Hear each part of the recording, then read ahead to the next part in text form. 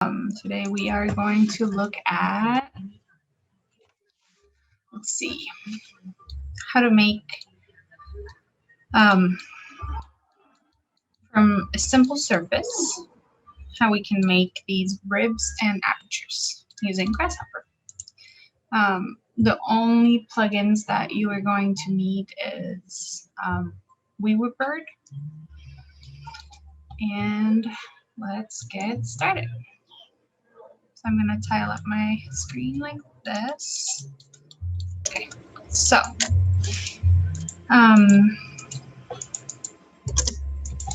these are just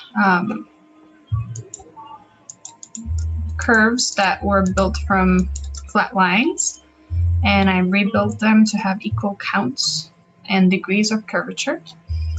And so then we're going to input these curves and create a lofted surface. And from this lofted surface, I have this cluster that takes the surface, and depending on the counts you want in each direction, it outputs the isocurves on the surface that we made. So right now we have 51 in this direction and 9 on this direction. So then we're taking these, the idea is then, I wonder if I could sketch. Oh, I can, excellent. So the idea is we're gonna use, maybe another color. Let's do blue. So we're gonna use these isocurves in the V direction as our anchor points. And then we're gonna kind of offset these. Each one of these V isocurves, we're gonna offset them.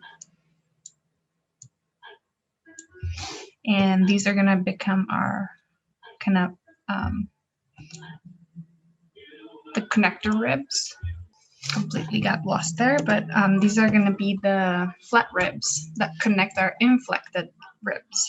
So the inflected ribs are going to be what we're going to locate in between here, and we're going to move these points in the normal direction, negative or positive.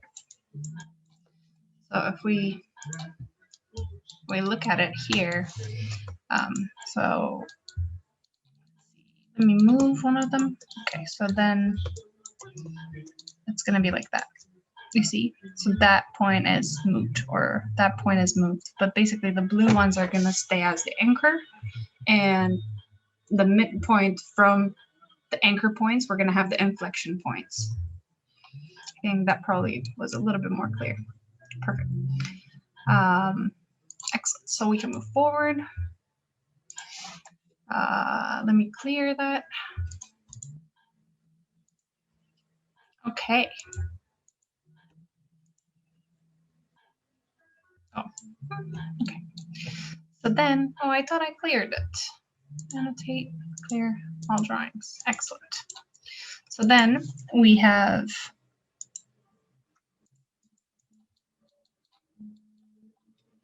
created a domain. Okay, going back. So we have the anchor points, right? Okay, so these are our isocurves that we're gonna locate anchor points and inflection points.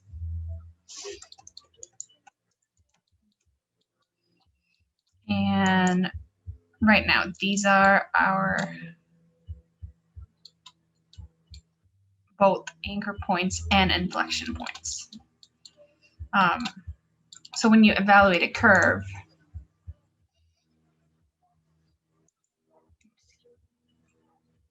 I'm going to just sketch a simpler version of this. So say that we have this curve. So right now we're saying that we have this and this as our anchor points. All of these are anchor points, and we're going to offset these anchor points.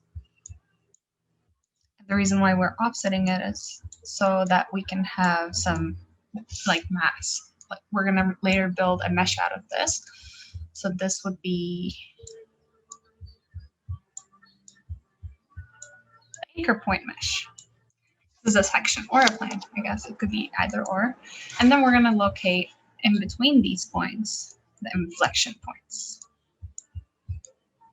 And then depending on the curvature of each isocurve at the given point, because curvature here is smaller than here, we're going to move these based on a domain we create relative to the curvature of the isocurve. I think that kind of makes sense. But we can see it as we're moving forward. Okay. Okay, clear here. Okay, so then what we're doing is we're evaluating the curve, creating the anchor points, and then here we're searching for where the inflection points are. So right now I'm evaluating each isocurve.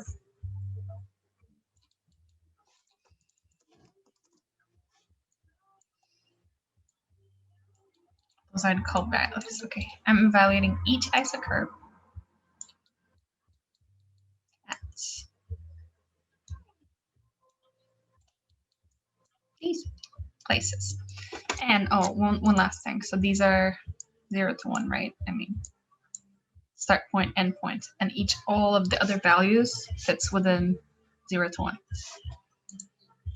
I think that's all right. Okay, moving forward.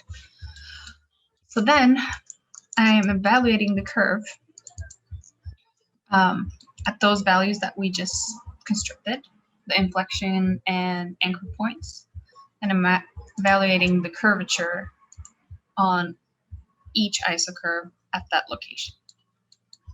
Okay, so then based on the curvature value that we get, curvature at vector t, we're creating a domain. We're taking the bounds of the curvature value within all the isocurves, and then we're going to remap those values into a value that we want to use for our rib structure. And this is going to make more sense probably as we're moving forward. So then, let me see. Okay, so this is perfect. So now this is our isocurves. Can I highlight the curve? Curve. Okay, so these are our curves, and these are our points, inflection and anchor points. And then now I'm going to move those anchor points and inflection points based on the values that we provided related to the curvature of the isocurve. Okay, so then we're going to make a polyline out of this. And then we're going to have another polyline with where the moved points are on the opposite end, so we can actually make a lofted surface in between these, or a mesh in between these. Then we're going to weave them, loft them. Okay, so now we have the lofted things. And then because these are just simple lofts and they're exploded, you can convert them into simple meshes. And we do want to work with meshes today because we're going to be using Weaverbird. And then this part of it is, okay, so now if we zoom in, what we have is these rib structures. But I want to make one closed mesh out of this. So what we're going to do is we're going to take the outer edges, this one and this one. And we're going to shift the list. So 0, 1, 2, 3, etc. We're going to shift it and we're going to create a loft between them. And then create another loft between them. So these are the top and the bottom parts of this. You see, now we have we could be using it like this, but no. Okay. So then we have simple meshes from these two lofts. And then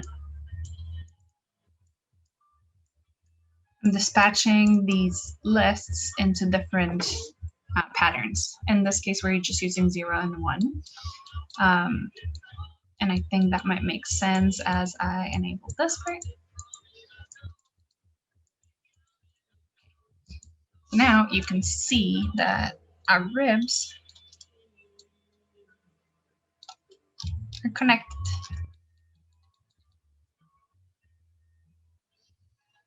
And it will be a clean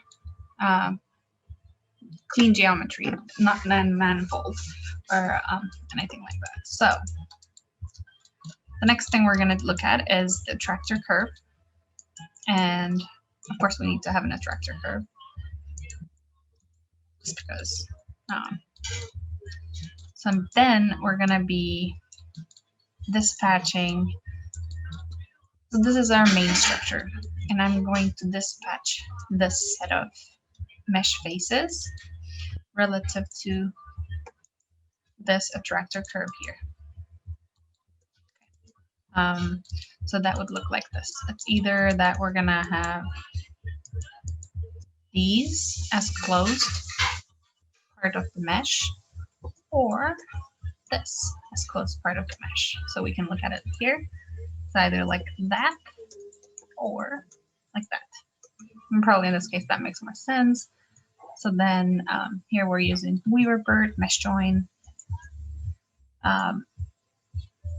I use both of these components because one of them welds it, one of them doesn't. This is just a trial and error. If you know why more, please write it down in the comments. And then we're going to split it into quads. And then move Clark. And then we're going to thicken it. And voila. So that's the solid part of our rib structure. So I'm going to bake that.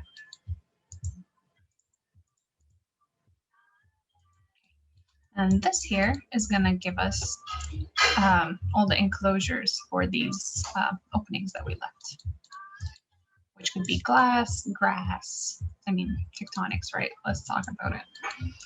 Okay, I'm going to bake it. Excellent. So now we can look at it up close. So we have the structure. And then let's make this another color. New material, custom. Let's make it green.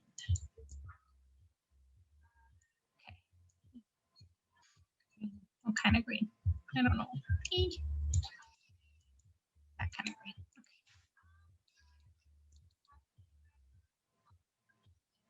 Okay. Maybe let's make it pink because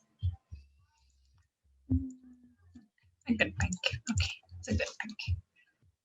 Okay, so now we have that. We have that. So the benefits of using the, let me go back to Grasshopper.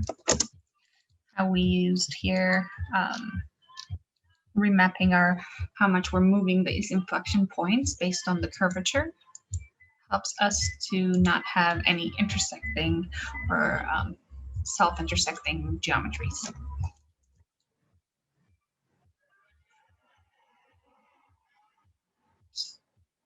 Thoughts, comments?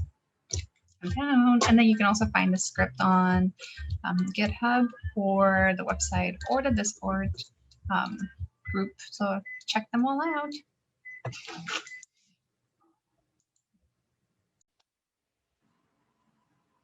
Okay, guys. So in today's walkthrough, we covered some techniques, and here are some of them. Surface construction from curves, list management and customization of curve evaluation values, setting up a domain of values for displacing points relative to its base geometry's curvature, understanding the relationship between points, lines, surfaces, and meshes, using an attractor curve for splitting a set of geometry into two compartments, and using a Weaver Bird. So if you have any questions, if you like this video and you want more, subscribe and send me a message. Bye.